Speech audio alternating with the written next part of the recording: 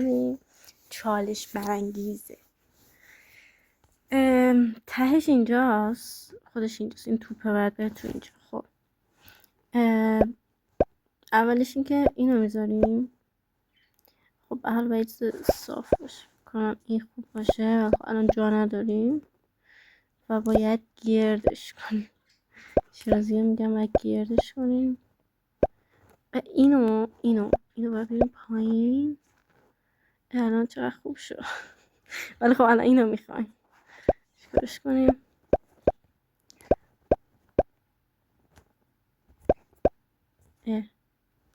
سخت. ببین الان دقیقا همینو من باید بیارم پایین.